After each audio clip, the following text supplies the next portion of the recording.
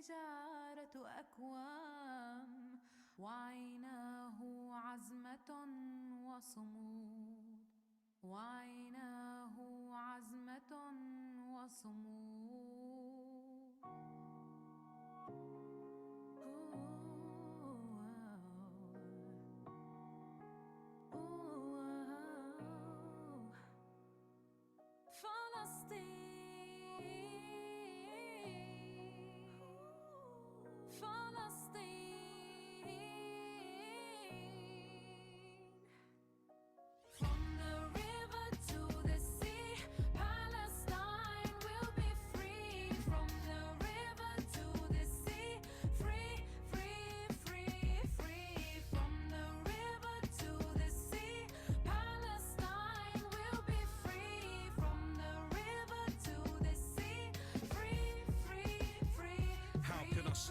Can't get the image out of my heart when we've seen the bodies found in a mountain of parts. Netanyahu told you just another child of the dark. Clear it's gonna take much more than thousands to march, more than a speech, more than a poem, more than a track of music. Gonna take more than a sit down with Bassem Youssef. Even bringing back ambassadors is an act that's useless long as you pump oil for Apaches and the tanks they using. Freedom just beyond reach for people you cannot see. He's wheezing and cannot breathe and screaming through the concrete, looking for his 4 children. The bombs leave structures that I wouldn't wanna call buildings. My fingers pointed at this government, you all killed them. Tell me that you wouldn't take up arms if those were your children. Let me make the factor clear. If bombs were manufactured here and they want the land as theirs because of natural gas in there, feel death in the atmosphere while we hapless stand and stare. And a little boy begs for his brother's strand of hair. Truth is I don't know how anyone can live after digging for their dead kids buried under bricks. Israel is a terror state, terrorists that terrorize. I testify my television, televise, I'm telling lies. This is not a war, it is systematic genocide. But whatever they try, Palestine will never die. They're not prepared to face the pain, so they're scared to say your name. They're not prepared to face the pain, so they're scared to say your name. They're not prepared to face the pain, so they're scared to say your name. They're not prepared to face the pain, so they're scared to say your name.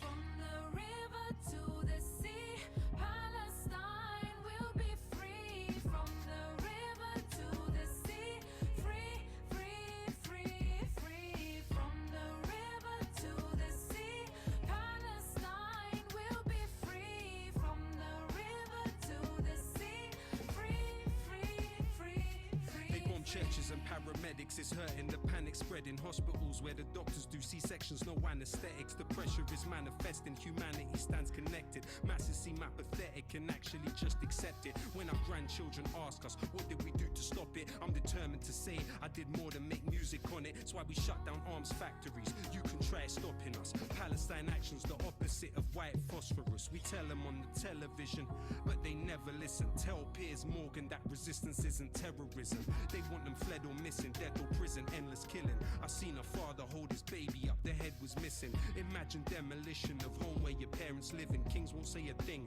but at least we know that Yemen's with them. Ethnic cleansing, it ain't hard to see the stages, but Gaza, Al-Azza, graveyard of the invaders. Ears close to the savagery, clear though when there's clarity. The journalists and doctors are heroes of humanity. As sordid and as gory as this story is for now. Are they depopulating Gaza for Ben Gurion's canal? Israel is a terror state, terrorists that terrorize. I testify my television, televise, I'm telling lies. This is not a war, it is systematic genocide. But whatever they try, Palestine will never die.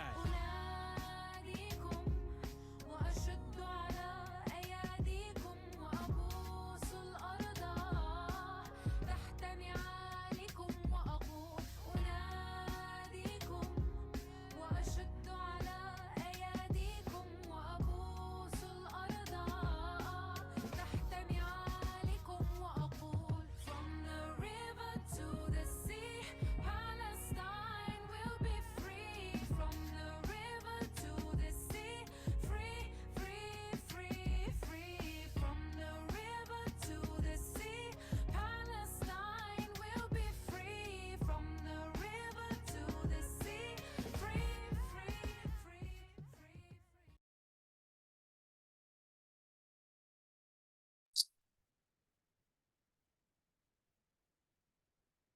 Hola y bienvenidos a este evento.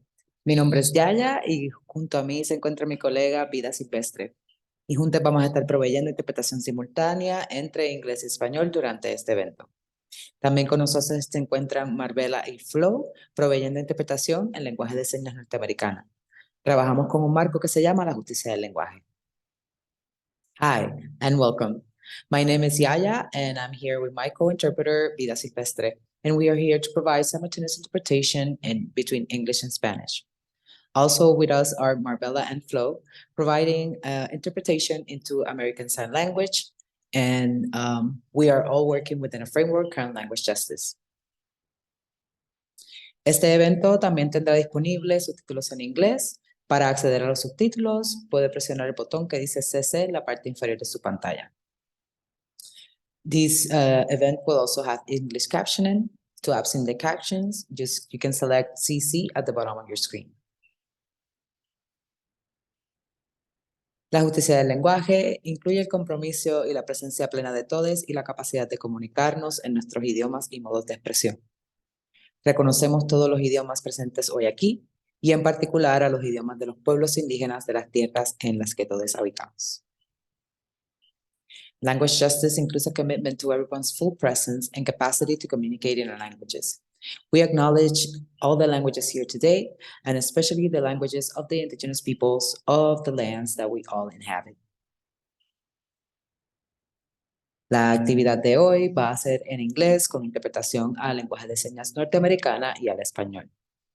Para escuchar en español, vamos a estar utilizando la función de interpretación de Zoom que ya está activada. Si se está conectando con su computadora, vas a ver el icono de mundo en la parte inferior de su pantalla. Puedes seleccionarlo y entonces vas a poder seleccionar su idioma. Si está conectado en una tableta o teléfono, puede pulsar en más o los 3 puntos en la parte inferior y ver el menú con la opción de interpretación de idiomas. Una vez seleccione ese, puede seleccionar su idioma. Es importante seleccionar en Done o Finalizar para activar la interpretación. For interpretation into Spanish, we'll be using the Zoom interpreting function, which is already activated. If you're joining from a computer, you will see a globe icon at the bottom of your screen. You can select there and then select the language that you wish to listen in. If you are joining from a tablet or phone, you can click on More on the 3 dots, and you will see a menu that includes an option called Language Interpretation. Once you select that, you can select the channels, the language that you would wish to hear in, and important to note that you have to click on Done to activate the interpreting function. Si tienes algún problema accediendo a la interpretación, ya sea en español o lenguaje de señas norteamericana, o los subtítulos, por favor, utiliza la caja de chat para pedir ayuda. If you are having any trouble accessing the Spanish or the ESL interpretation, please use the chat to ask for help. Ahora vamos a comenzar con la interpretación simultánea para dar el resto de este anuncio. Así que si aún no lo ha hecho, por favor seleccione su canal. We will begin simultaneous interpretation for the rest of this announcement. So if you haven't done so, please select your language channel now. And I will continue in English for the rest of this announcement. Now that everybody's set, we will use simultaneous interpretation for the rest of this announcement. The people that understand Spanish have noticed that we will use the E ending instead of the traditional A or O ending. For example, when we say bienvenidos or welcome at the beginning. This is not a pronunciation error, but it's an intentional practice of creating inclusive spaces and avoid making any assumptions about gender. We recommend for this process and for this event to not silence original audio so you can enjoy all the performances that will be here for us tonight.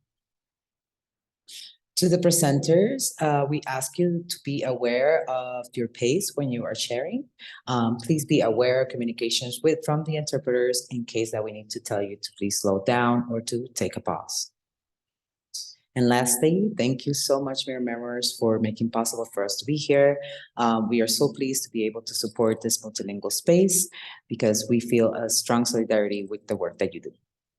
Thank you so much for your attention, and back to the facilitation team.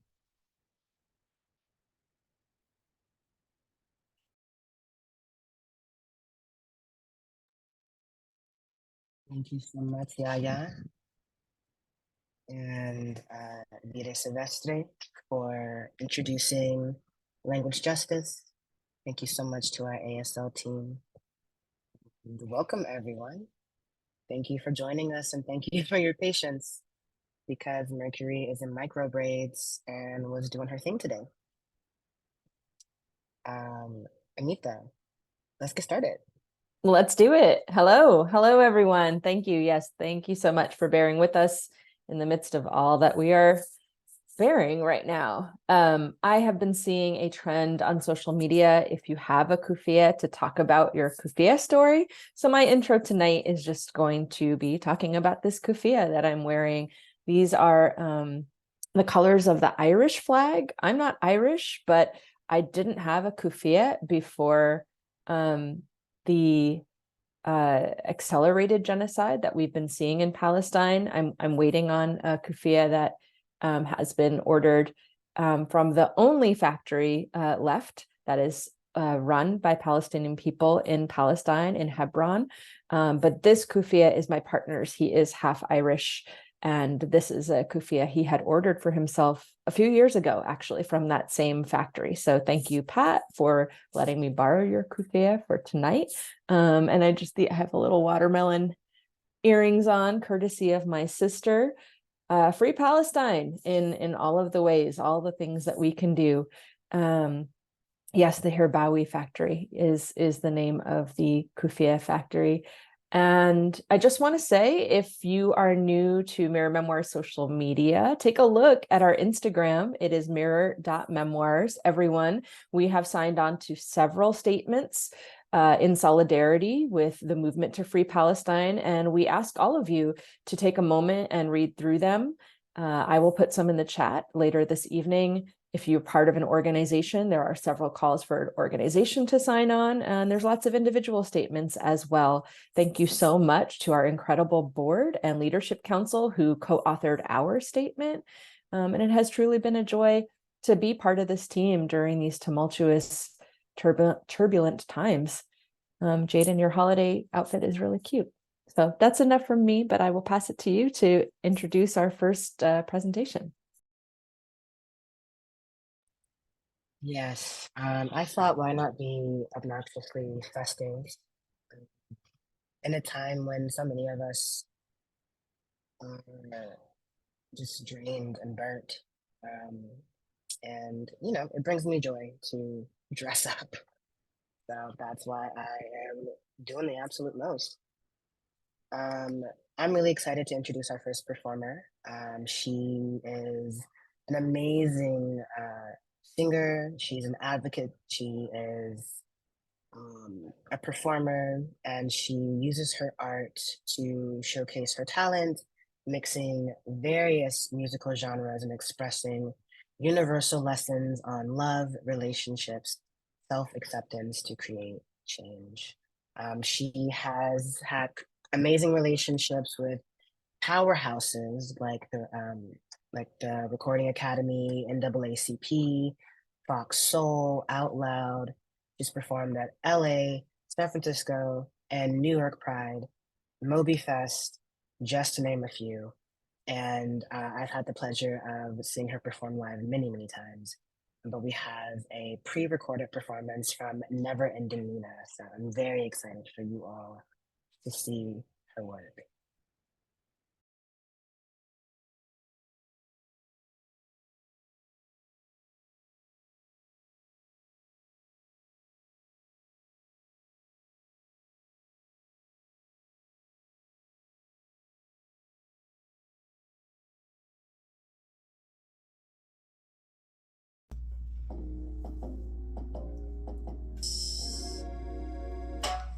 I want to tell me. Right now, I feel. Oh, yeah.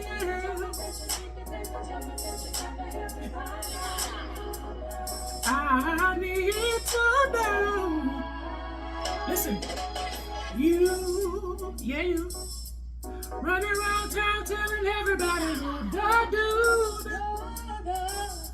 But we When we get together face to face to something you can't prove. I don't wanna call your bluff, but you're acting looking kind of rough. Please tell me, yeah.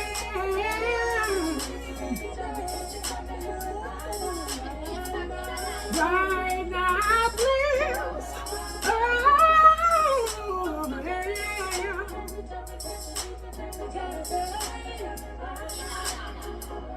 Right now, please. Listen. Yeah. I said I like you, but I'm here to tell you that I'm in no rush to get to the finish line or just a crush. I need to know if it's real, like baby faces will appeal. Please tell me.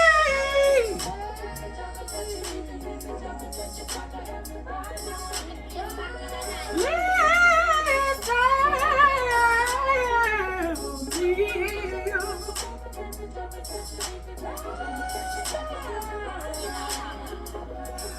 I need to know.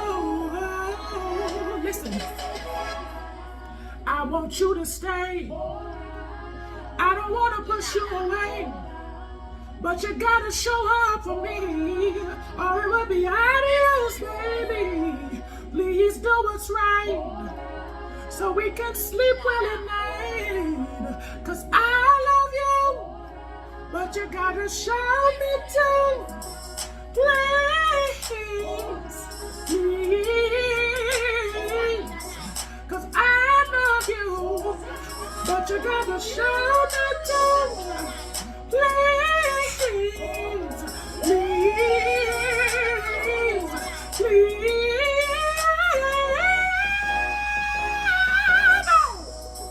Hey, tell me. Say, oh, nah. Yeah. Say, oh, nah. Oh, nah. Oh, nah. Please tell me. Oh, thank you. This next song is Stop Killing Us. And I want to honor my community who has lost their lives tragically to transmisia and transphobia. Please stop killing us.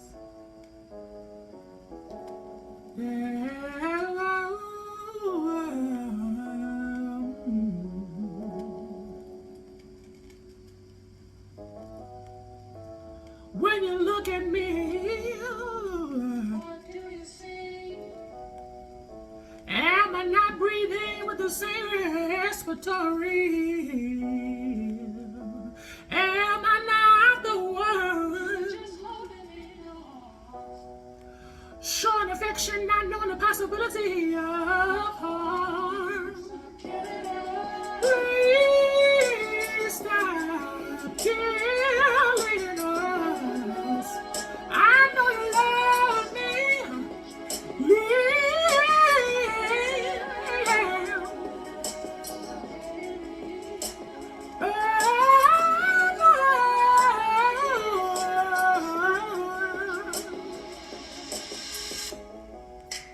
I just want to live my life and enjoy it freely. When I worry at death because of my trans identity, you run me down in the street. After you had finished with me, you kill me in the same. I am not your fetish, your freak nor your phony, but a beautiful being on a human journey.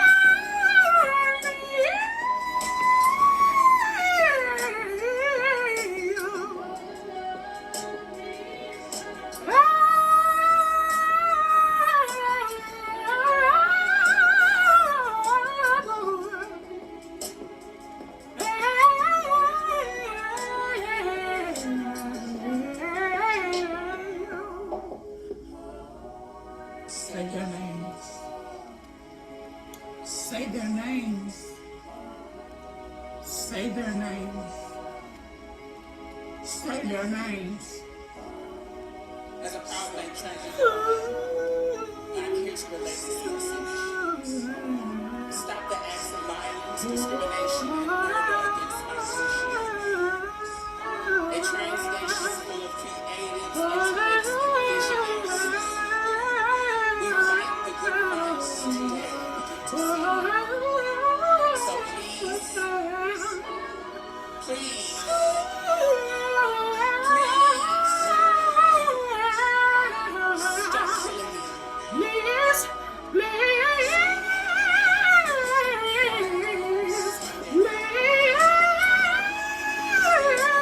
killing us. I know you love me. Please, stop killing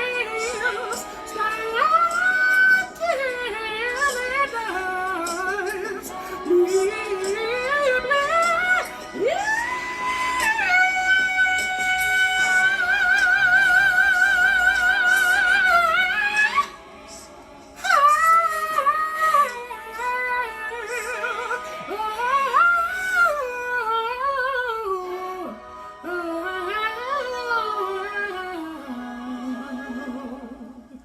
Please stop killing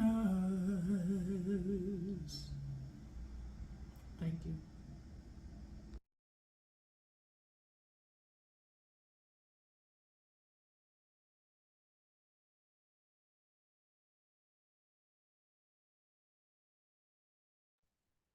Wow, let's just take a moment to give some gratitude to Nina once more.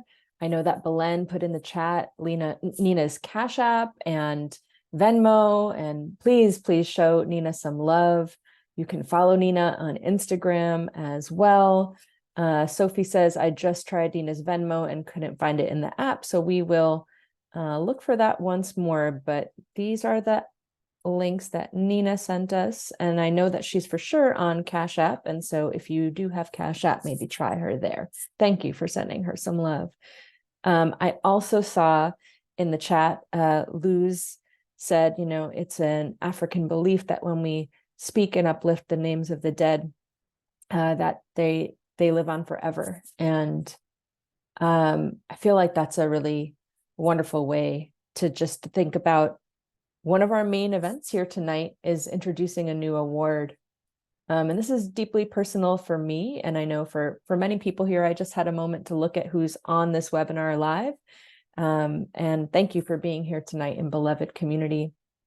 One of the things we're doing here tonight is uplifting the name and legacy and life of my dear friend and comrade, Lucia Leandro Jimeno,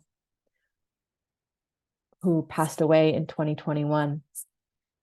Some of you know that the bloom of Mirror Memoirs in many ways came from the seeds that were planted back in 2009, way before I had the consciousness to weave Mirror Memoirs together, uplifting specifically Black and Indigenous transgender children.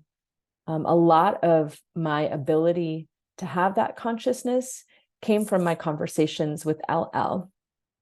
As you may know, LL and I were in a theater project together that I envisioned back in 2009 called Secret Survivors. That was a project in collaboration with Ping Chong and Company. I'll put that in the chat for people that don't know. Back when I still lived in New York City and when LL still lived in New York City. And we had known each other for years, actually, because we were both young at that time, young organizers, queer and trans and non-binary organizers of color. We were both abolitionists. But something that I didn't know about LL until we put the invitation out for writing workshops for child sexual abuse survivors who wanted to think about telling their stories through theater was that LL was a survivor. I knew that story about everyone else who came to that cast. There were 5 of us in that show. But even though I had known LL as a comrade for years, I didn't know about his survivorship. And we went on a beautiful journey together from 2009 to 2012, weaving our stories together as the five of us, starting with those writing workshops. Secret Survivors became a very powerful play. I know there's people on this webinar today that saw that play live. We performed it several times at philanthropic conferences, at universities, and of course in live theater as well. The largest production being in May of 2011 in a theater full of 400 people. And many people stood up after that performance in the audience and said, I'm a survivor and I would like to be recognized. We were actually preparing to have a big reunion of the cast to celebrate the 10th anniversary of our first live performance. And I hadn't seen LL face to face in a few years. As many of you know, they had moved to Seattle. They were very sick. And we were excited to reconnect in person and to show the film that Secret Survivors created together, a film describing the performance and showing some highlights of our friends and family and how that theatrical journey of truth-telling affected them. And I'm grateful that we had the chance to have some Zoom conversations and some phone conversations and reconnect with each other. But of course, we never got to see each other in person because COVID happened. And then a year later, he was gone. And there's been so much loss since then in our collective communities that I really haven't had time and space to properly grieve this very precious and dear loss. I think about what LL would think about what Mirror Memoirs has become. I'd like to think that he would be excited to be part of it. He's definitely someone I would have asked to be on the leadership team. And it feels right that the very first time we are giving an award, we hope this will be an annual award to specifically honor the many, many talented storyteller activists who are LGBTQI, BIPOC, child sexual abuse survivors, not just doing work to end child sexual abuse, but so many alchemizing injustice from state violence, military violence, colonialism, genocide, police violence, right? That we're using our stories of surviving child sexual abuse as a way to help everybody understand that that is not a personal experience, that it is an entry point to understanding systemic violence, that what's happening to us as children, too many of us, is connected to these larger phenomena of systemic violence. It feels right that the award that will be offered every year at Mirror Memoirs is in Lucia Leandro Gimeno's name.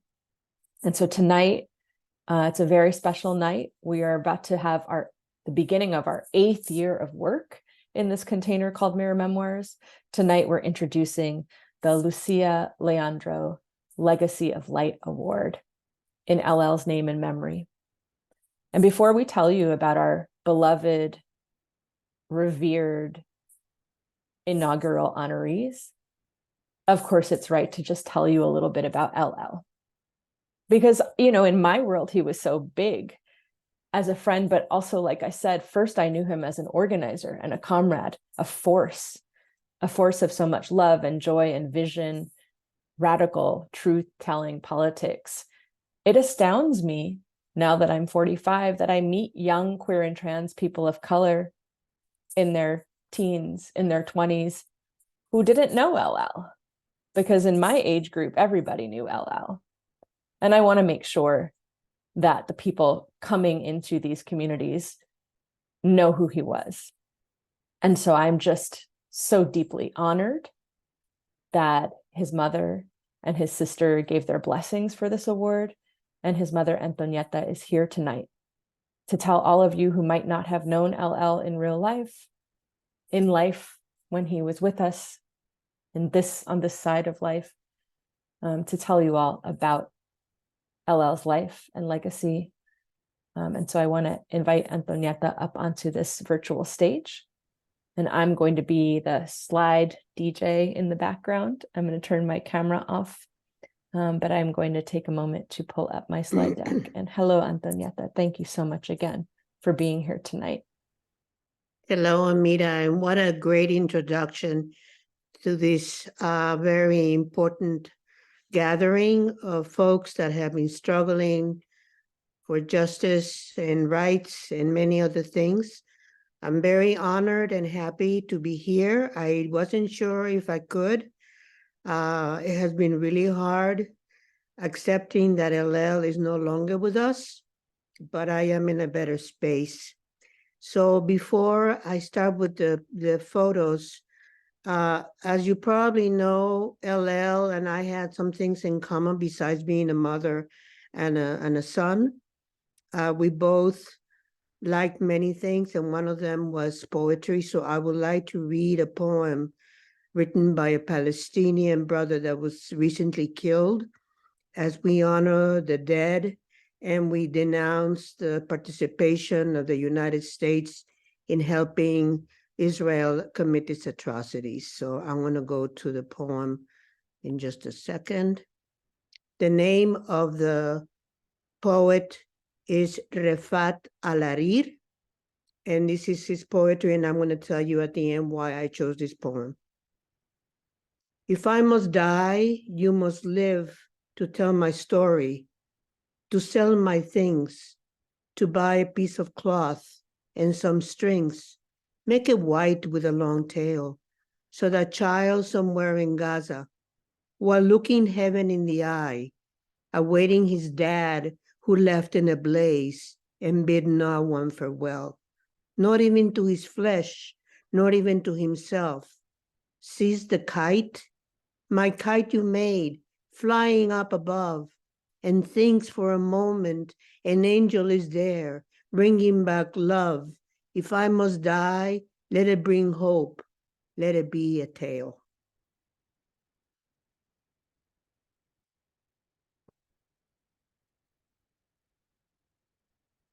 So I just want to make a comment about this first image.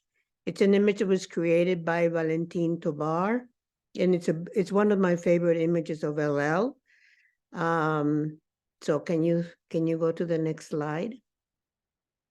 So this is a reunion in Dorchester, Massachusetts, and I actually chose this photo because it was a reunion of my two children and myself.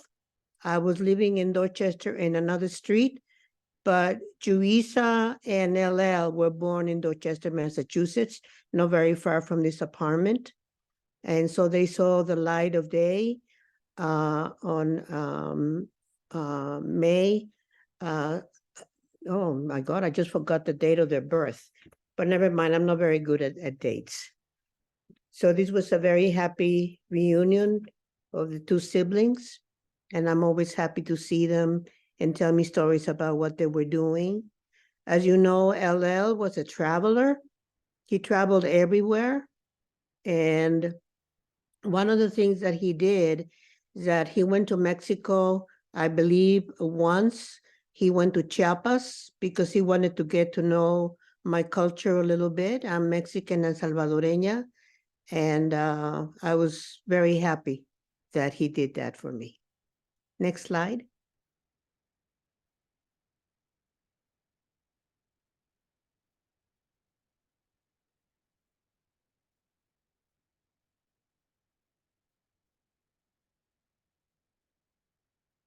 Yeah, May 3rd of 1979 was their birth. Can we have the next slide, please?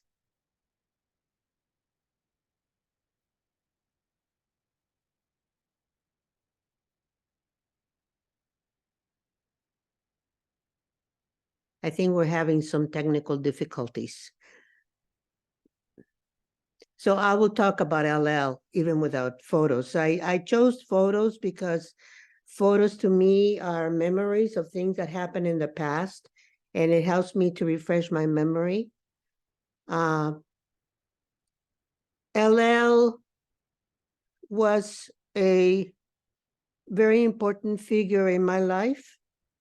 We had a lot of things in common and we talked very frequently on the phone, whether he was happy about a new program or a new venture, or it was something that was bothering him. He and I had a very good communication.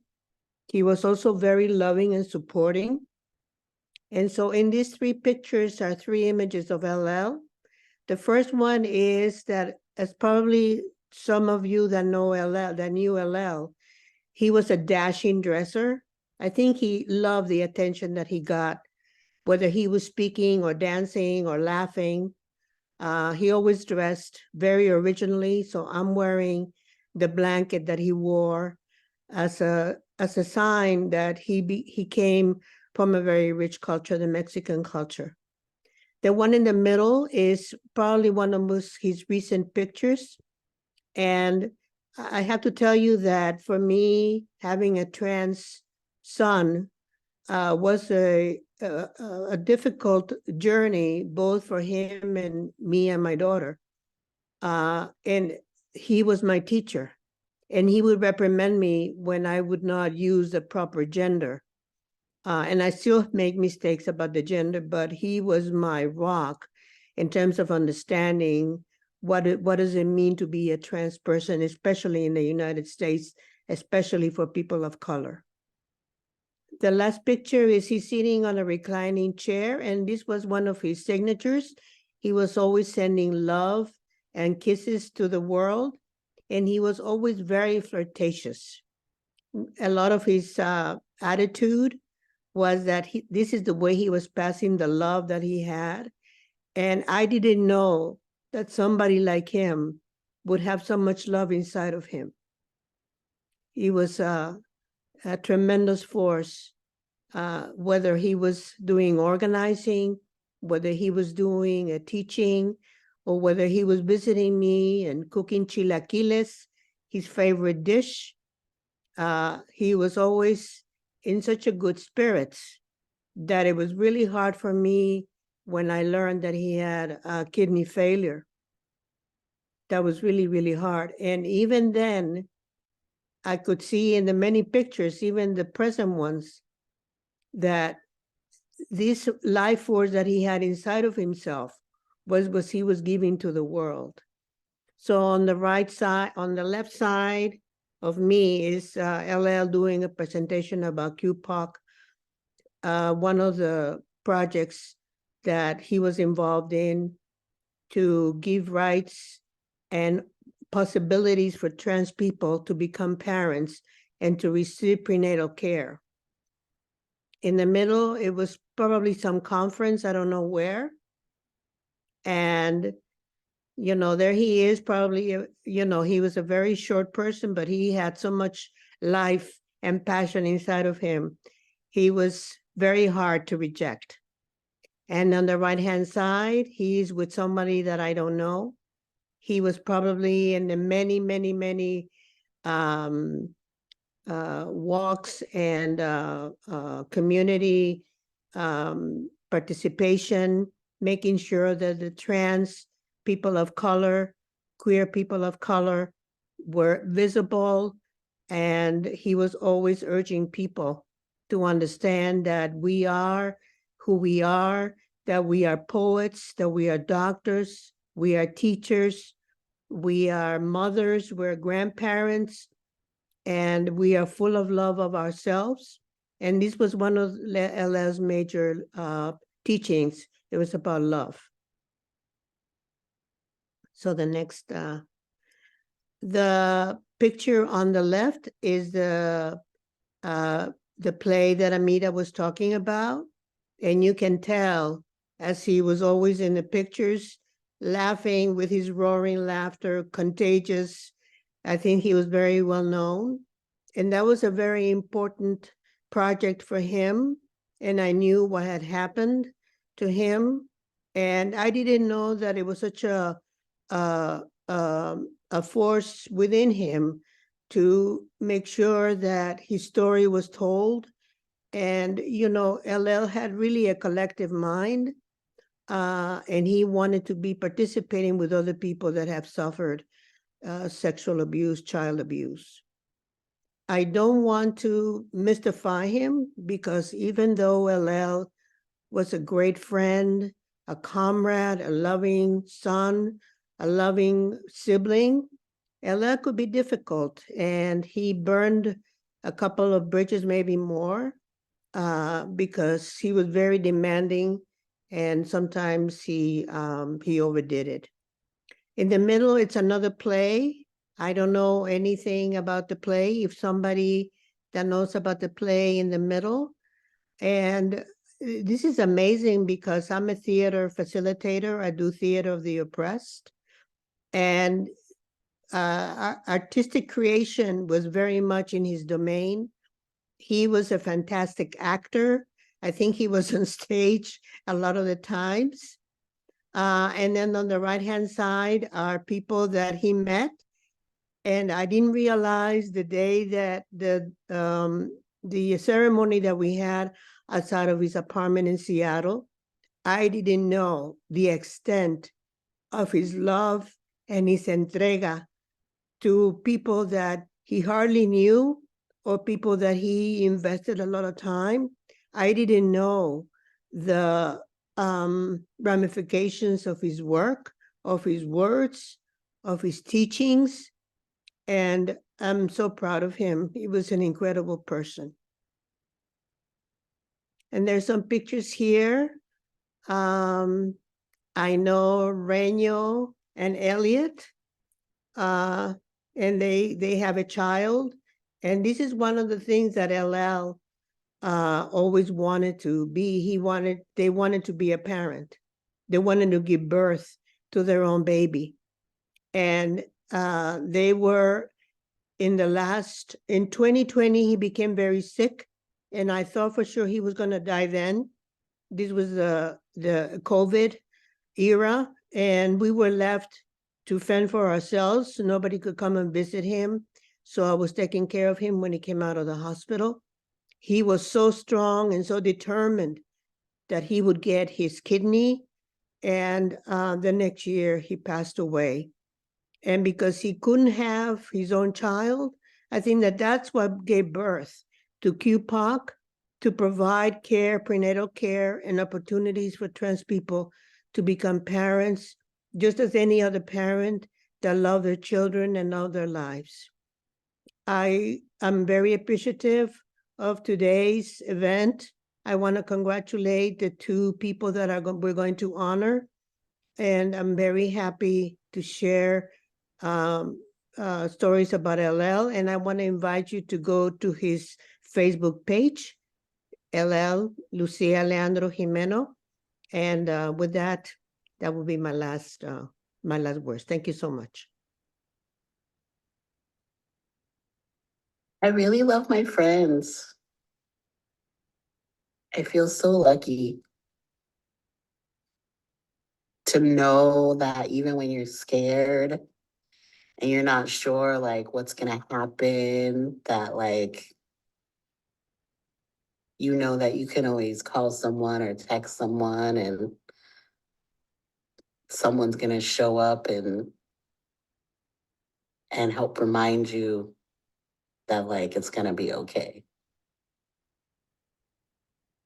And if you're wondering if I'm talking about you, probably. So thanks.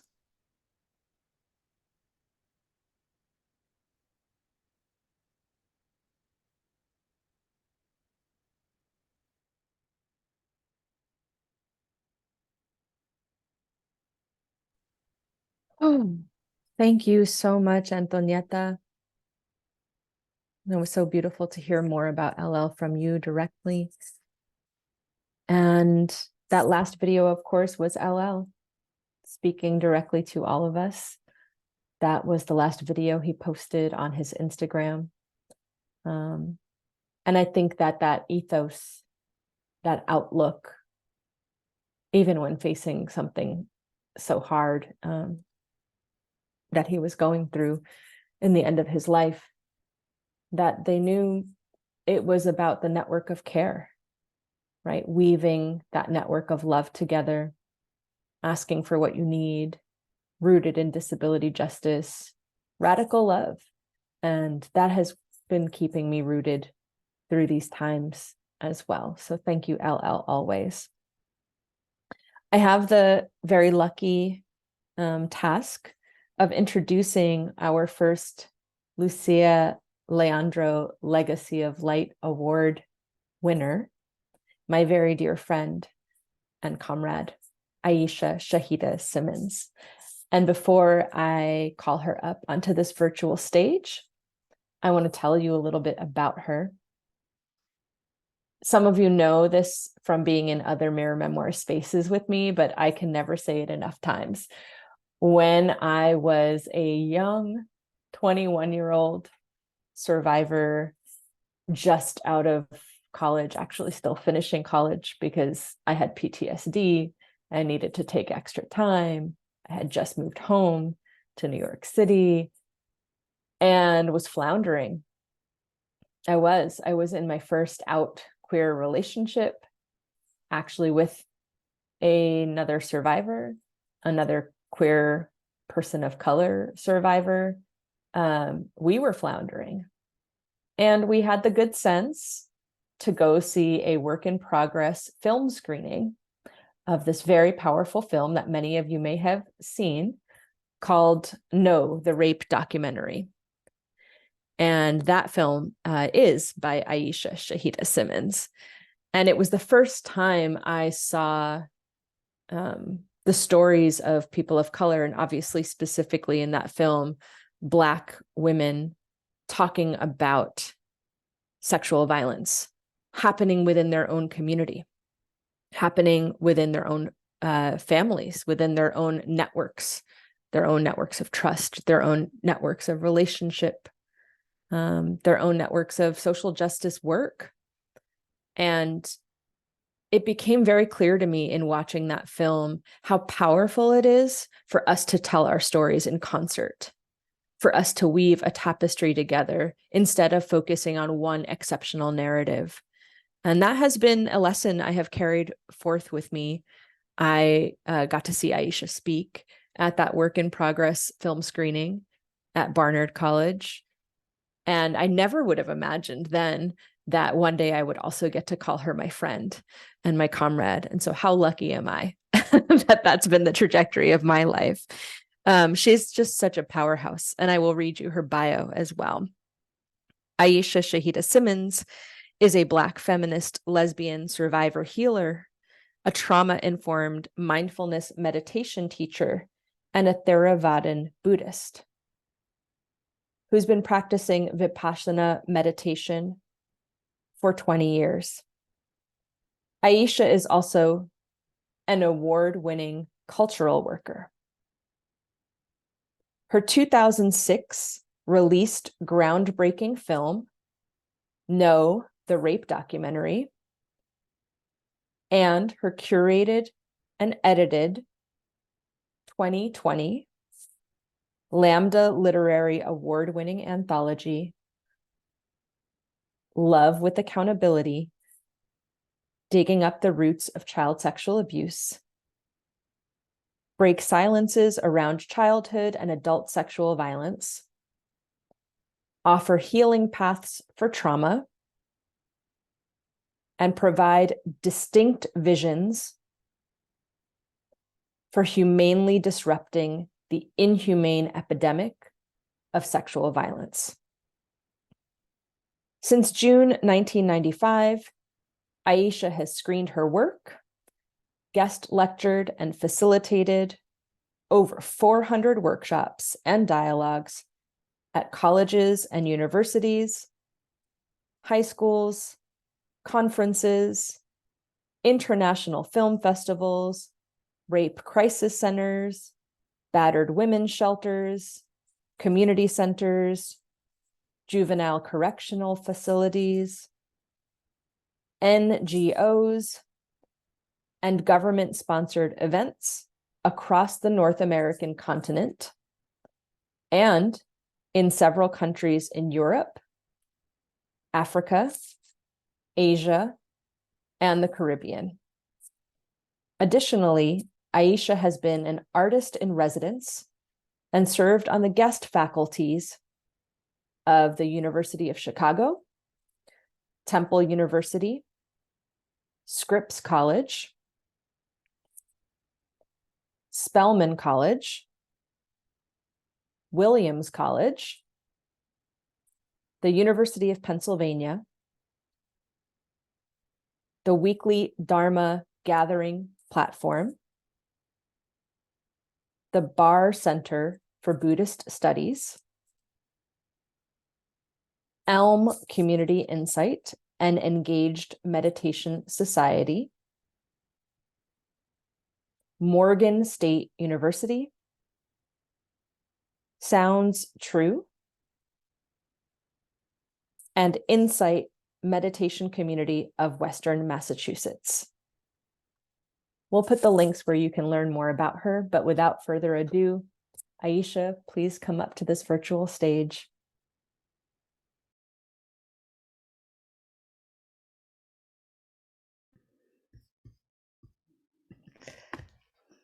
Hi. Feeling very full after that very powerful introduction from my beloved comrade, sibling friend Amita, from the honoring of LL by Amita and by their mother, Antoinetta, and so many beloved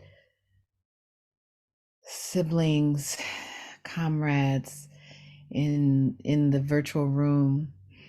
I see you all, and it's really wonderful. Of course, always language justice, and having worked with Flo, I think it was earlier this year at in Los Angeles at I gotta think about it for a second. But so I'm just really grateful. I want to share that I have recently, as in the end of last week, returned from a 45-day Buddhist silent meditation retreat. So this is like my first foray, and what a wonderful foray. And I will be going back into my shell afterwards. But it's I wouldn't miss this tremendous honor for the world, and yeah, so just really grateful. So I wanna just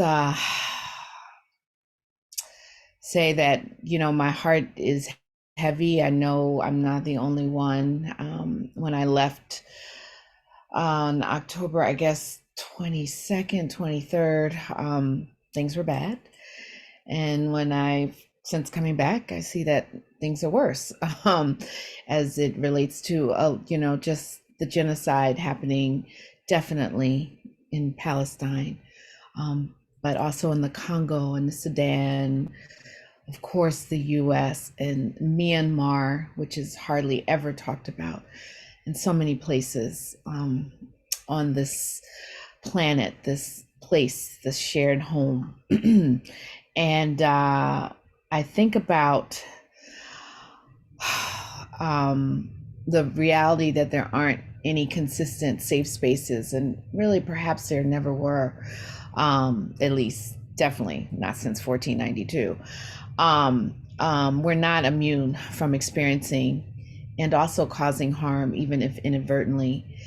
And in these realizations, these are opportunities, I believe, to turn toward and not away from our suffering and the suffering of others. And for me, that is a huge part of the work of Mirror Memoirs, inviting us, encouraging us to turn toward our suffering, those of us who are lesbian, bisexual, trans, queer, intersex, asexual, plus non-binary, two-spirit, survivors of childhood sexual abuse, and also heterosexuals who are child sexual abuse survivors. I know who are on this in this Zoom room, but in terms of the work of Mirror Memoirs and really centering the voices of people of color, And so, you know, it's really, it's important that we bear witness to what's occurring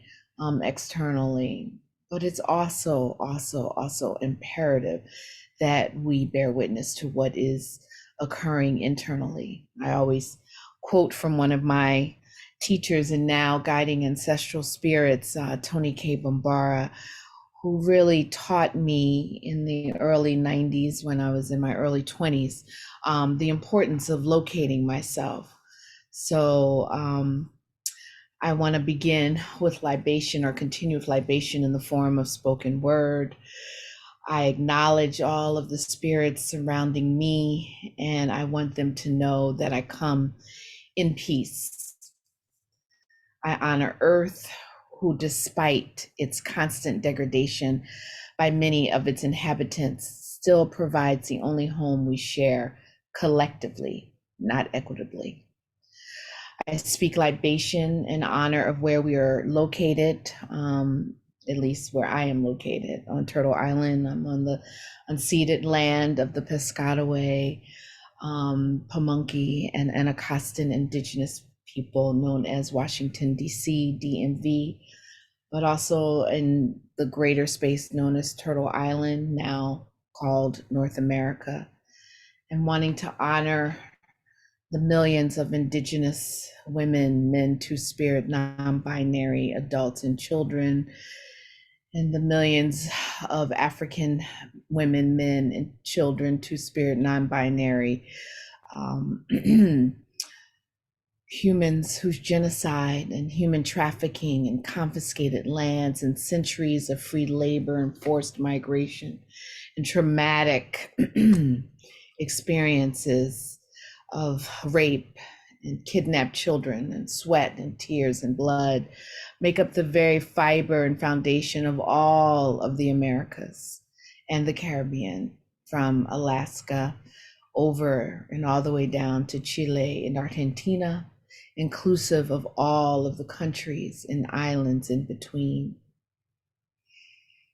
Just want to invite us to just take a breath. And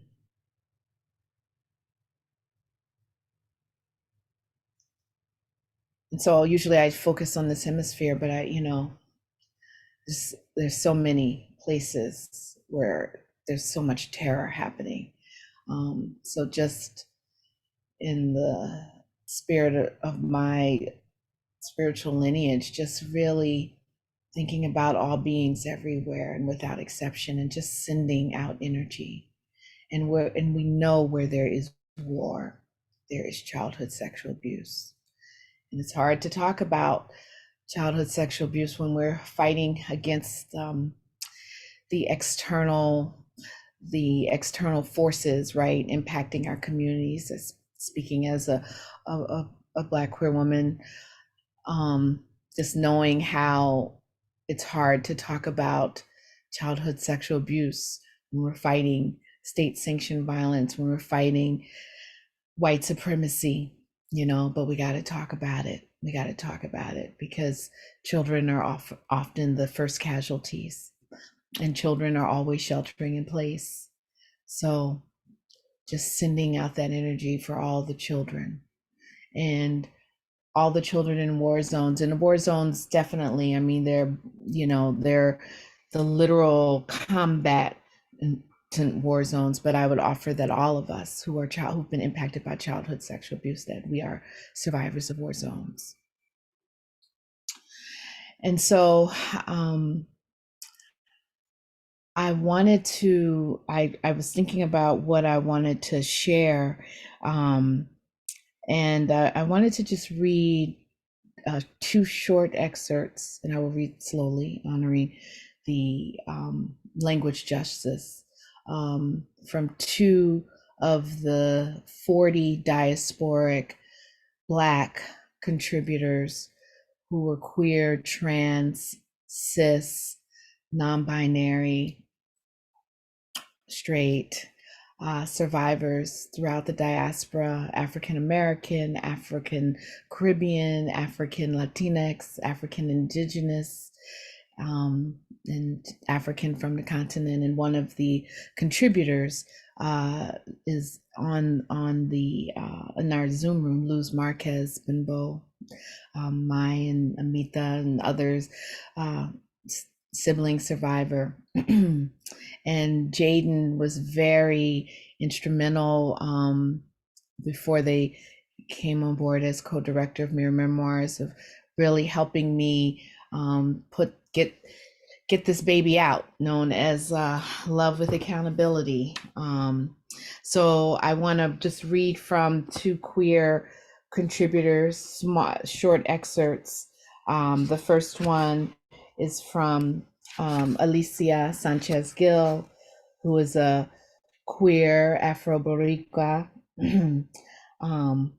And her essay is called Network of Care.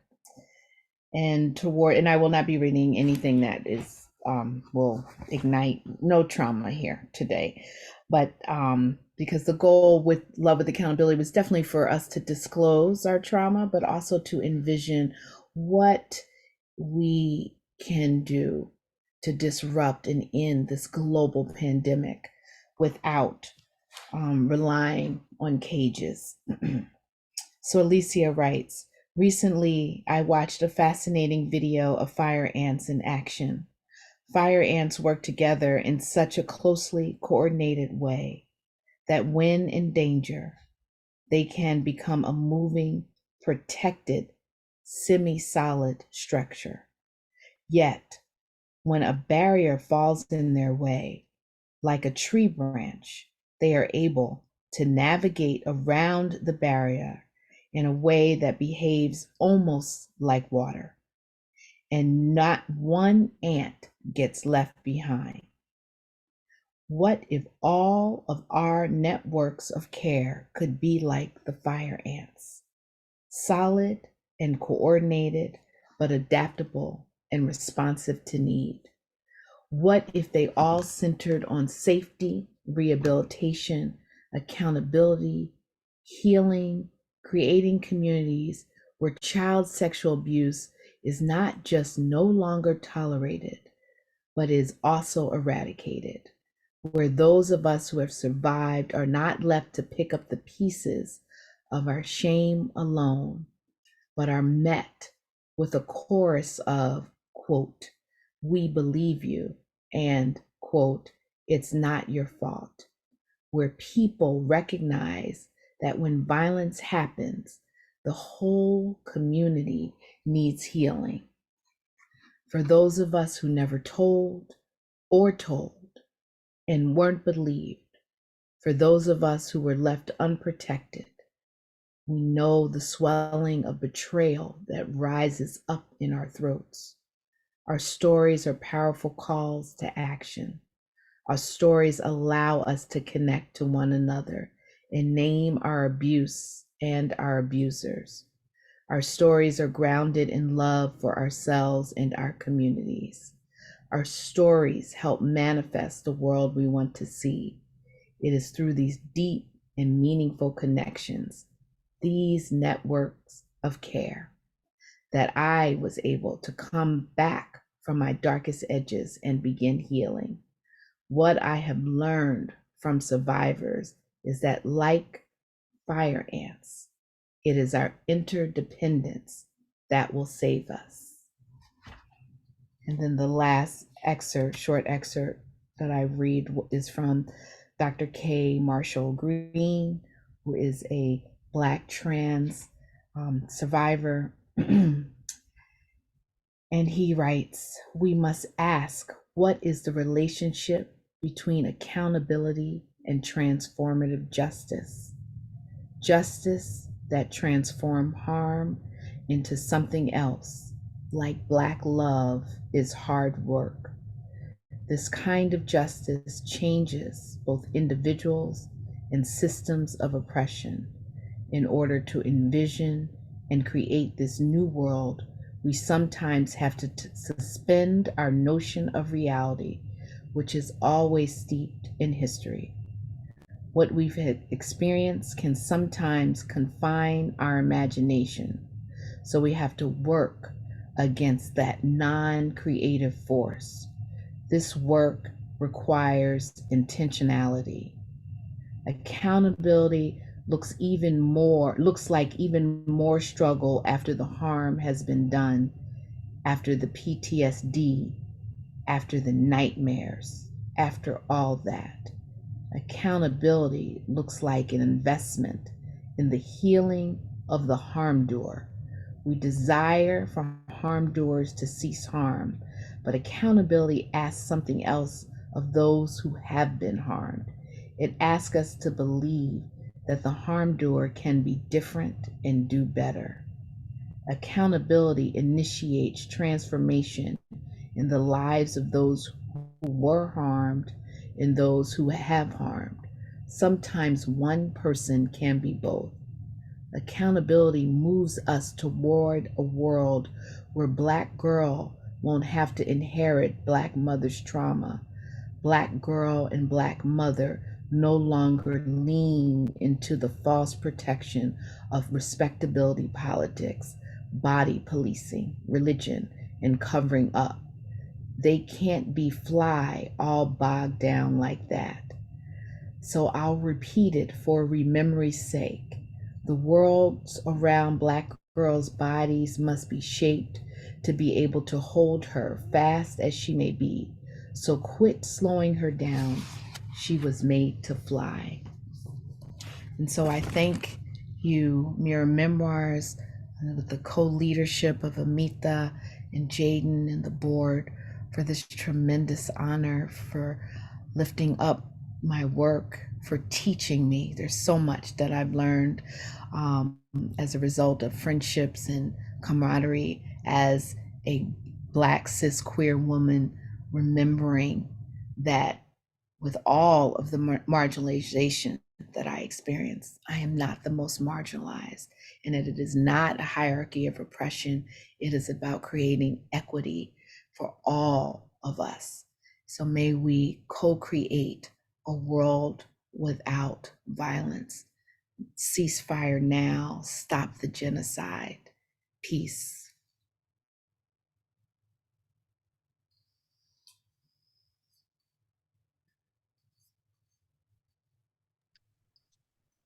Thank you so much, Aisha. Can we give her some flowers in the chat? Ooh, y'all. Ooh, wow, y'all got me crying over here. Thank you so much, Aisha. It is my honor to introduce our next awardee. I'm gonna read her bio, but I have to share that I knew of her long before I got a chance to meet her. Many folks know of her.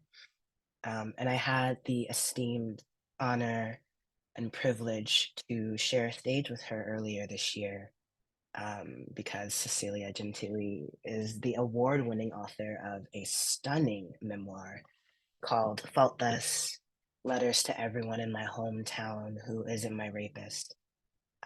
And she's such a dynamic storyteller. I mean, I've never heard anyone tell a story like her.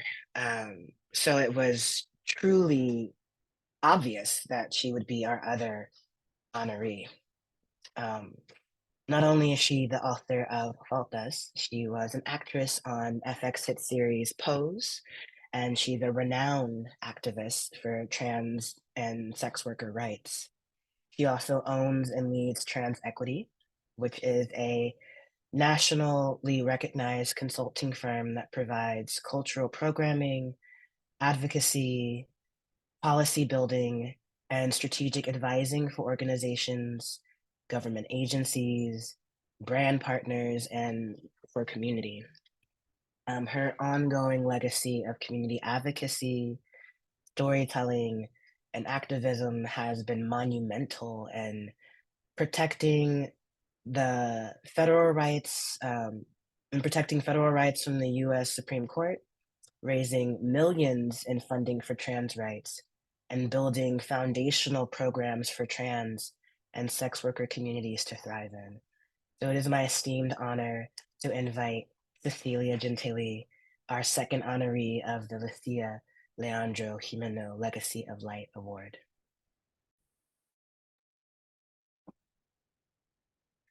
Well, this is it's called an honor. I'm called an honoree, but I am here tonight, the one who feels honored to receive it, and I receive it with so much joy and with so much pride.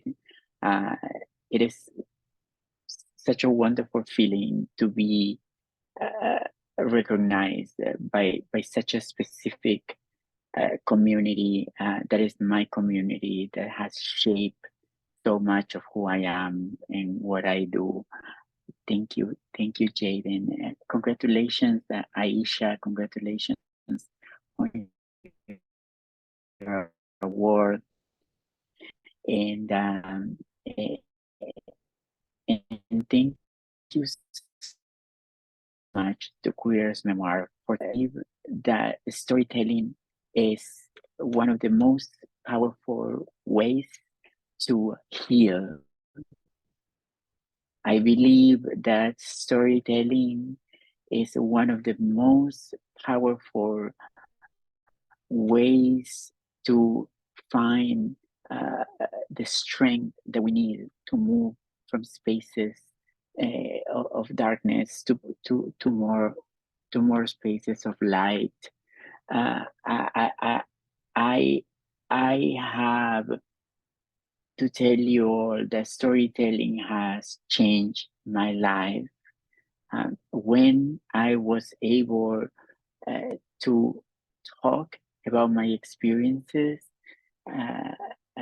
when I found the courage and the ability to speak about my life and the bad things, the good things, the fun things, the sad things that made my life what it is that I started valuing and enjoying my life in a much better way. It was a moment where I started to relate to people who were going through the same things that I did, to people who were able to understand me, and I was able to create a family as an immigrant in this country, as a person who has no family of blood in this country. I am very lucky that I was able to find a family, to form a family that is as important and as relevant and as supportive as any family of blood could ever be, even more at times. You know, that wonderful family that we all want, that has no judgment, that has only love, that has only care for you. I am lucky. I'm a lucky girl. I found it, and it's all a beautiful group of trans, non-binary, queer people who have been able to hold me up and somehow save my own life. So I'm very lucky. And all of that happens because I am able to weave my stories and talk about my history. And that's what I do, and that's what I love doing the most. I love just telling stories. And my book, it is a series of stories that are told in letters to many different people. Some of those, one of those letters is to the daughter of my aggressor. Another letter is to my mother. Another letter is to my grandmother. Another letter is to another survivor from the time that I was abused. Another letter is to a good friend. Another letter is to a bad friend. Another letter is to a woman who just made my life miserable. And I am so lucky that I don't have to be around her anymore. I am so lucky that I don't have to see her face. I am so lucky that I don't have to hear her voice. I am so lucky that we are miles and miles away. And when every time I think that I am miles and miles away from an awful person, I feel like I made it.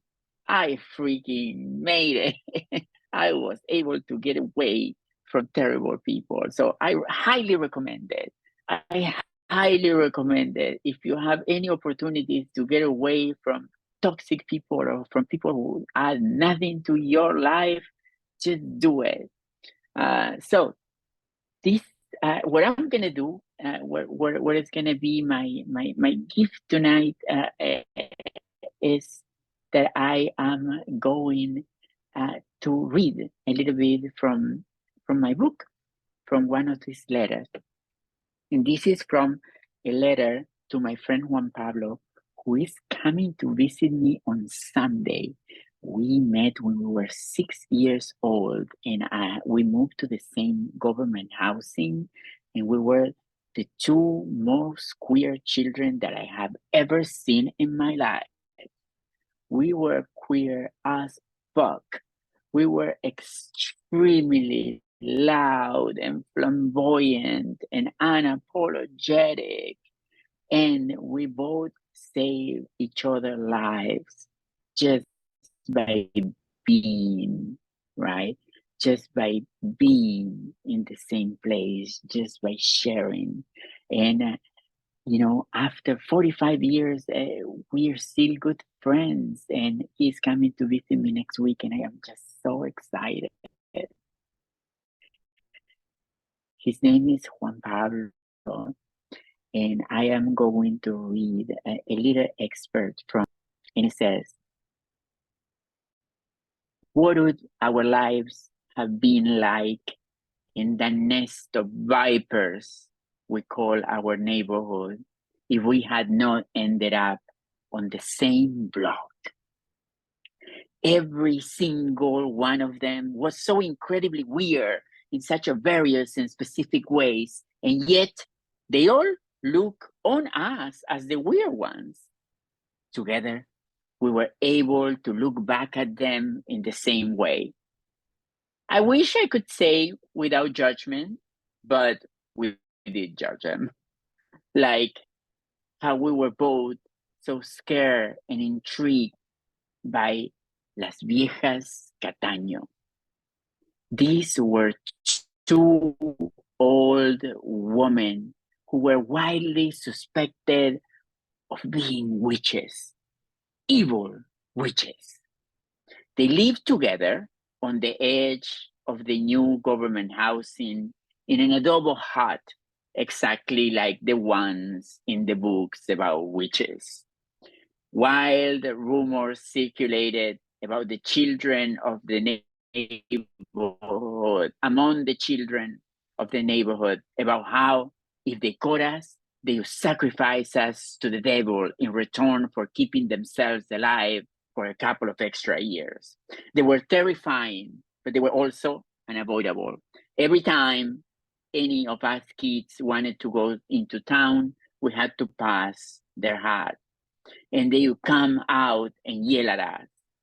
Looking back, I suppose that they knew that we were calling them witches, and that they had therefore decided to play it up to get back at us.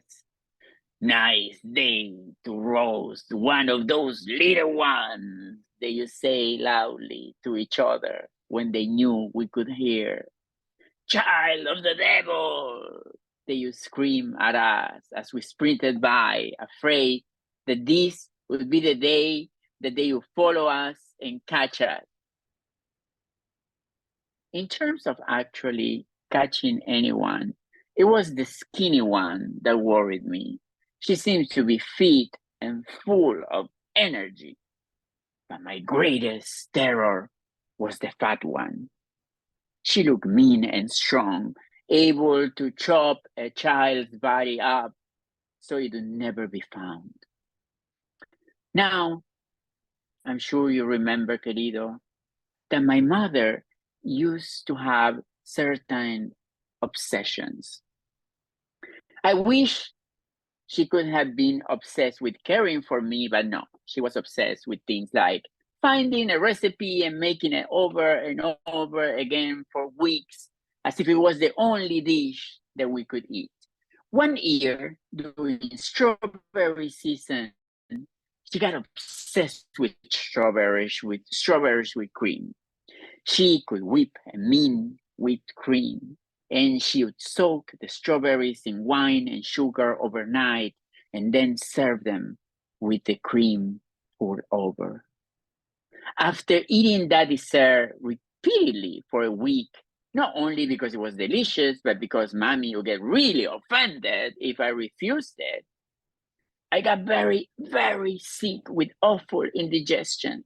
Then my most delirious nightmare became a reality. Mommy said, I am taking you to the Catania ladies to cure your indigestion. I tried everything. I begged, I cried, I planted myself down in the floor, weeping hysterically with mucus pouring from my nose all over my lips, and I screamed, you want me dead, you want to get rid of me. Give me to someone that is going to keep me alive, not to death.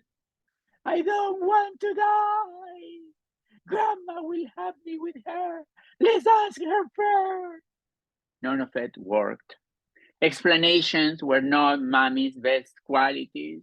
As always, she was stressed about something else, most likely money, and didn't have the patience to discuss my concerns. She just wanted me to get well. So she grabbed me by my arm and headed towards the door. When I went limp, she pulled me along the floor. Eventually, I had no choice but to stand up on my 2 little feet in my little orthopedic boots and run with her towards the inevitable death. As we got near the hut, I could smell the wood fire burning on their patio. I imagined my flesh boiling in their big pot while they laugh and plan a side dish. I resigned myself to an imminent end. Mommy opened the wooden gate, held in place with a wire, pushed me inside, and closed behind her. Then she clapped really loud. One of them, the skinny one, came out and said, "Oh, Esmeralda, what happened now? What brings you here with this little one?" My first thought was, why do they know you, Mommy? They all seem to be suspiciously familiar with each other. And then it made sense. Clearly, Mommy was getting their witchcraft to keep Dad with her, to stop him from leaving. And now she was going to hand me over as payment. But then, instead of offering me up, Mommy told them that I had a terrible indigestion. I revised my theory. Clearly, they were witches, but it seems they didn't kill children after all. They just did what witches do, witching. I went from being terrified to terribly curious. What can they do? What is the extent of their powers? They brought me into the hut. The place was horrible. I knew that if I made it out of there, you were going to cross-examine me about what it was like there. And that you would get annoyed if I didn't have the answers to your questions. So I tried to itemize all the contents, but I was having too many feelings. It reminded me of how Mommy and I had lived before we had moved into the government housing. There were 2 small beds and possessions scattered everywhere. There was no proper floor, just packed dirt. And the smell, it almost made me retch. So that also may have been all the strawberries and cream that I was eating. The skinny one threw me face down into one of the beds, so I was laying on my painful stomach, and removed my little pullover and t-shirt in one movement. Mommy kneeled down by the side of the bed to comfort me. Then the fat one came over and started pinching big chunks of flesh on my back hard and pulling them up until something inside me made a snapping noise. Once that noise came from inside me, she would let go. As she did this, my stomach started to feel better. Magically, the discomfort disappeared, and I began to feel rested. Then she stopped. Mommy stood up and asked if seizing the opportunity, the big lady leaned down, laying her heavy body on top of me, and whispered in my ear, "I can make you a girl." Then she quickly got up and left as well. I just lay there, paralyzed by this information. Thank you. Thank you. That is one of the stories of my book. That is one of the stories that talks about friendship and what it means to support each other as people who experience sexual abuse. Me and Juan Pablo were going through the same thing by the same men. And I believe that I am here alive today because of him. So here it is. This award is dedicated to support, to supporters, to people who support each other. That's what get us through. That's what saved lives. So let's keep supporting each other. Thank you, Queer Memoir, for all the amazing work that you all are doing. Sorry, Mirror Memoirs. We are so queer that it just came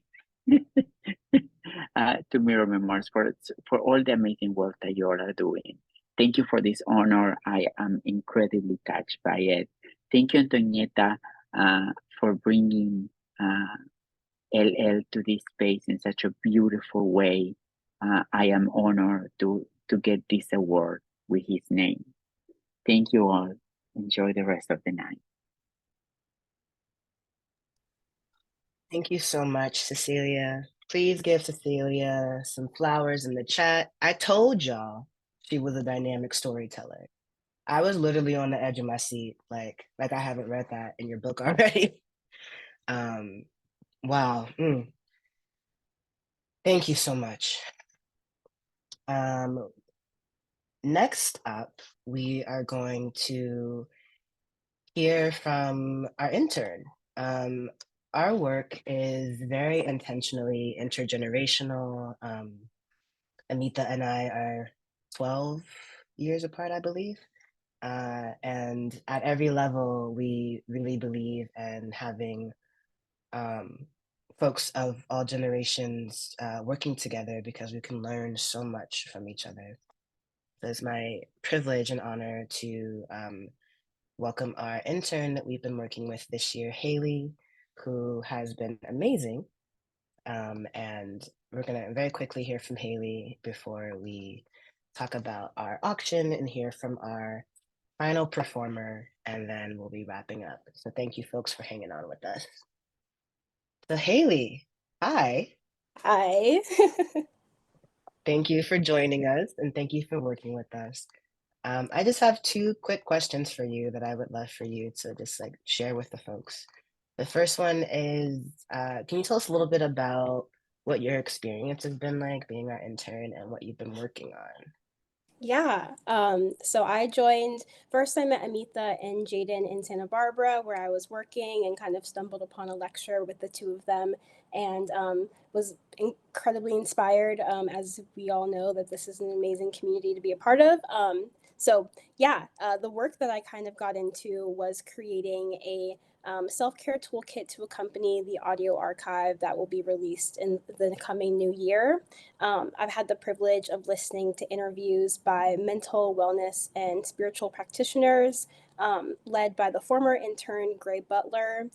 They did a great job at kind of getting as much information from these incredible practitioners and scholars and academics to contribute to the toolkit. So it's like, as I tell Jaden on a weekly basis in our meetings, that it kind of is writing itself. And I've been really blessed to be able to gain knowledge, like insider knowledge from these interviews. So it's been a daily reminder for me about my own self-care and my own healing journey, and the importance of radical self-love. So it's been like, yeah, an amazing experience to work on it, and I can't wait to share it and put it out there with the archive.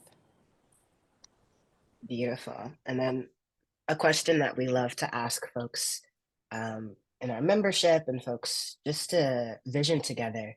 I would love to hear from you, Haley. What's your vision for a world without child sexual abuse? Yeah, I've been pondering about this since you gave me the question, and I don't think that like I can answer it wholly without acknowledging the consistent suffering and genocide happening in Palestine, for Palestinians in Gaza and in the West Bank, and specifically the sexual and state-sanctioned violence in the Congo. Everybody prior to me has spoken very eloquently and clearly about obviously the violence that we are experiencing on this planet. And it is just really a moment where we know that where there's war and genocide, there's also child sexual abuse, and it's evident. So my vision for a world without child sexual abuse is also the same vision I hold for a world without white supremacy, the apartheid state, the colonial project, policing, the carceral system, like on and on and on, homophobia, fascism, transphobia, segregation, and just state-sanctioned violence in general. So it's really a world where like the basic necessities of people are not just prioritized over the capitalist agenda. And as we know, like that's obviously not what's happening here and now. So it's definitely a world that feels really far out of like my imagination, especially as we're currently living in this violence and witnessing this violence in a very unprecedented and unique way. But overall, like a world where our basic necessities are met and prioritized is a world where children can grow in an environment where communities have what they need to thrive, because simply surviving is insufficient. And children deserve a world that's rooted in liberation and abolition and creativity and nourishment and celebration. And I know that we all can agree that that all of those things are our birthright, like as living beings of this planet. So yeah. Go ahead then, Haley. Stop. Thank you so much. Yeah, Y'all thank give you. it up for Thank Haley. you. Thank you, Haley. It's been truly an honor to work with her, to work with you, Haley. You're amazing. All right, y'all, we're gonna keep trucking through. Shout out to Haley. Keep an eye out for our toolkit that will be coming out with the archive released next year. All right. I think it's important for folks to know that it's not just Amita and I, or Amita, Belen and I. We have a very robust leadership team that you've probably seen on our social media leading up to this event, that has really been guiding and stewarding this work with us. And I'm so grateful for their their clear leadership and support. So I'm going to share a little video from Sophie, who is the co-chair of our Leadership Council. To give you some context, we have a board that is all QTI BIPOC CSA survivors, but we also have a place for accomplices. We see this work as a community of belonging, and so accomplices have a place here too. And so we have a leadership council, which is our circle of accomplices that helps steward and guide our work. And our accomplices are folks who who aren't QTI BIPOC CSA survivors. And so we're gonna hear from Sophie, who is our leadership council co-chair. I'm gonna share my screen.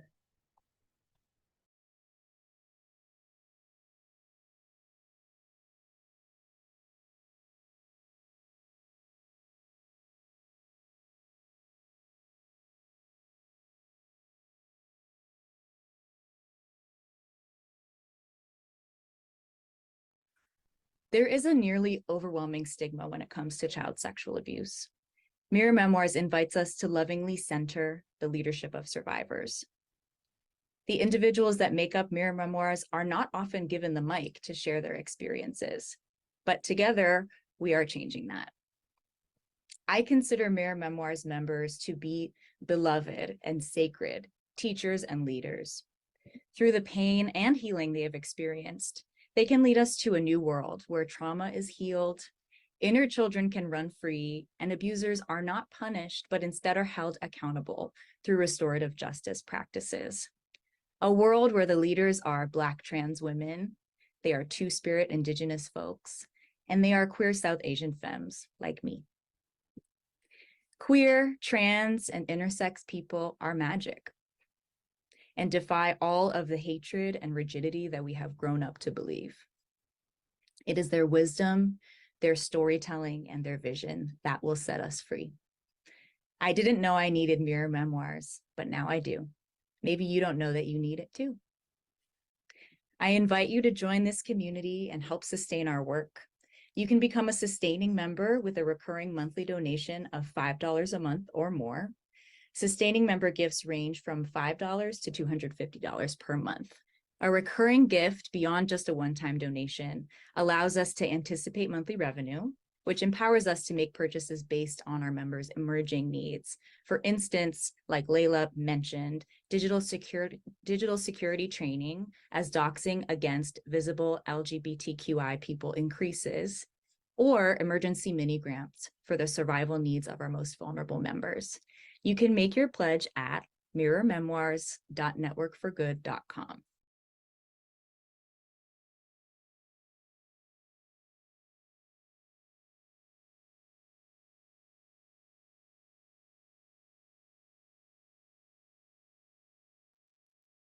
Okay, everyone, we are in the home stretch, but I do want to talk about why we ask people to become sustaining members.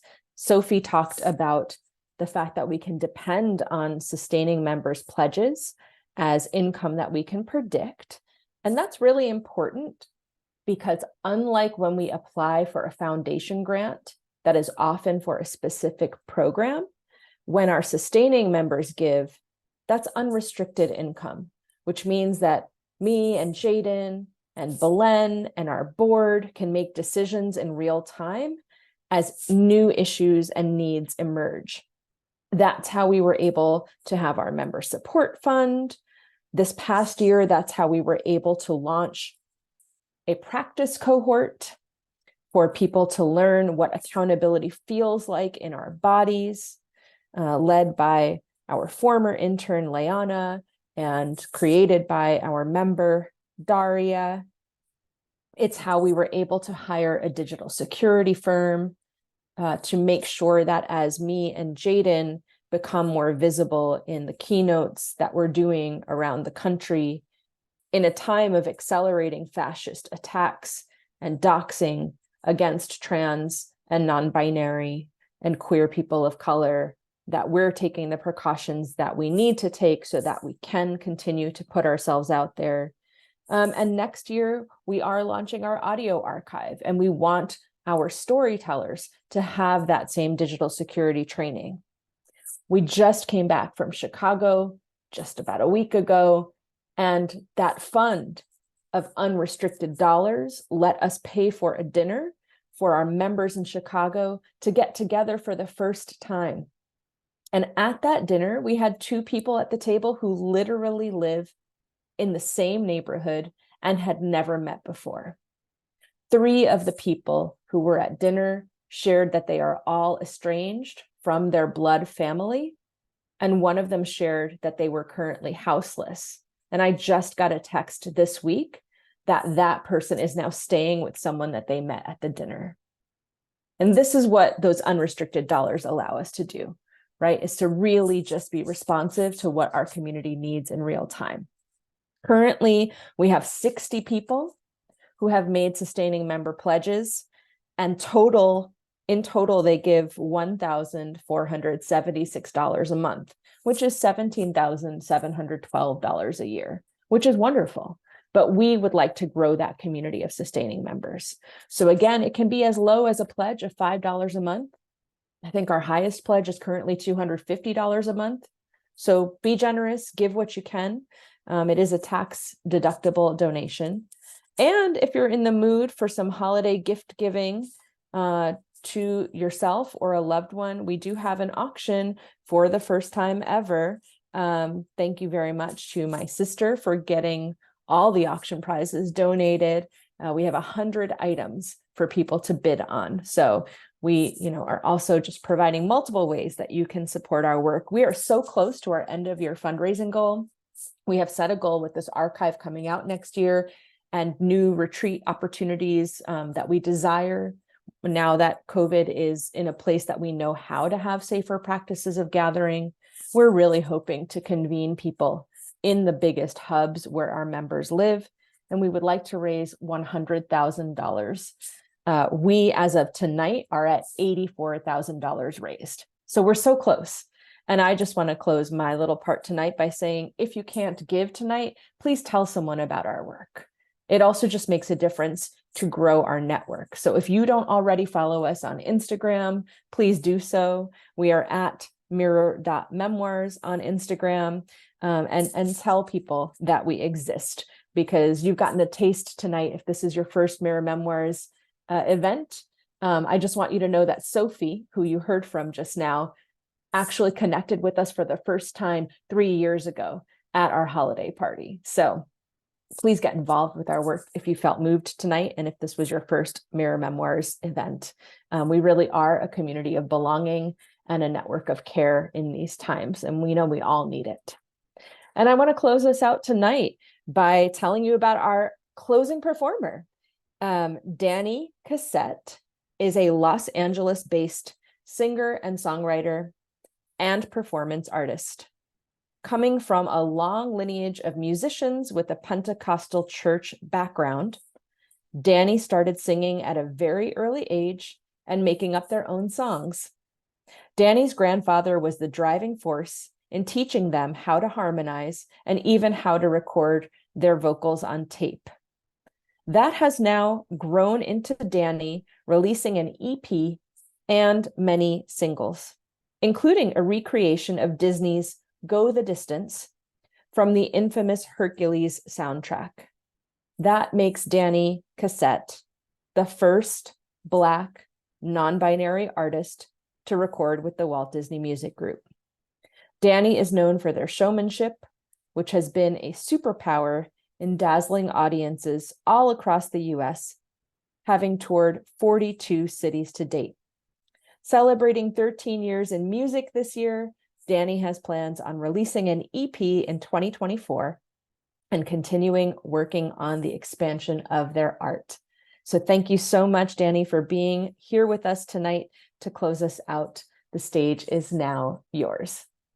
Awesome. Thank you all so much for having me. Can everybody hear me okay? I just want to confirm. Can everybody hear me? I hope so. All right. I'm going to get it going. Yes, let's love on our bodies. That's what I would love to have in the energy, have in the space. This has been such a beautiful time and such like an appreciation of sharing of knowledge and a sharing of to do something to make things better. And I'm just overwhelmed with just all the awesomeness that happened tonight. So I would love for all of us to celebrate that with loving on our bodies and knowing we are fucking amazing. I hope I can say that. So yes, thank you all for having me. And yes, this is Love Me Up. Hey, yeah. You should love your body. You have every reason to. Yes. Oh, ooh, you can leave the night light on. I wanna see it going in. None. I'm not ashamed of our bodies. Cause baby, we were made for this. Baby, when I'm with you, I get this feeling. Cause baby, when I'm with you, oh, oh, oh, oh. Baby, when I'm with you, I get this feeling. Baby, when I'm with you, you do love me out, baby. Hey, I said, love me out, baby. And because I love you, I do love me out, baby. Love me out, baby. You are like a work of art. I mean, look at you. And heaven must be watching this. I want to burn in your body.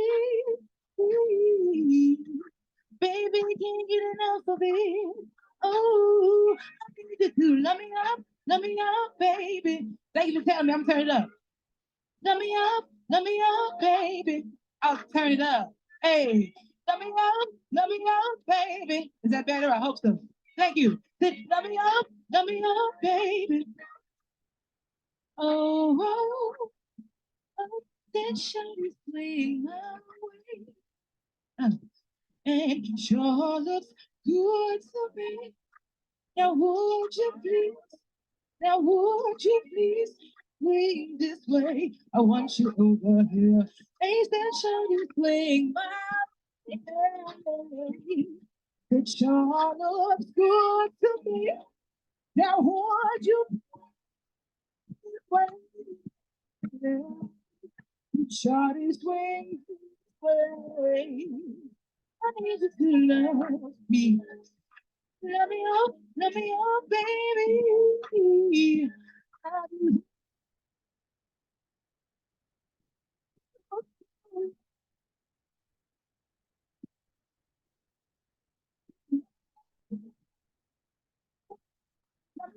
Baby, love me up, baby. Love me up, baby. Need you to love me up. So me up. Hey, I'm Danny Cassette.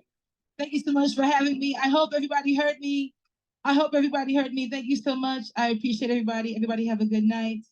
I appreciate that. Thank you so much.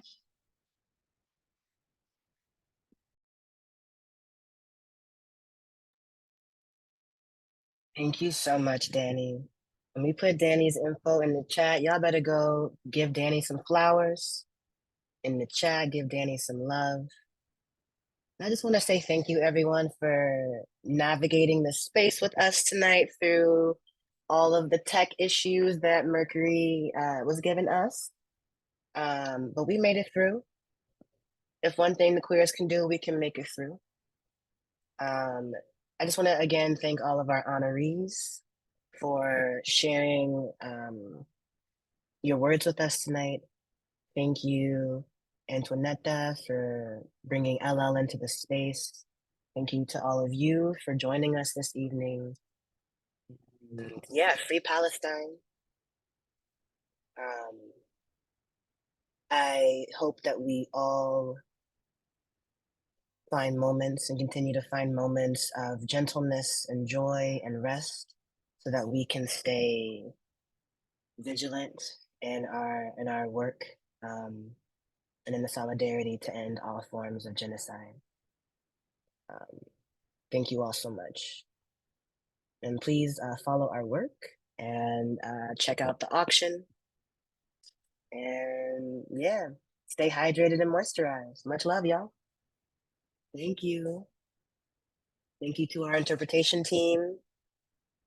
Thank you to our language justice team. I appreciate y'all so much. And with that,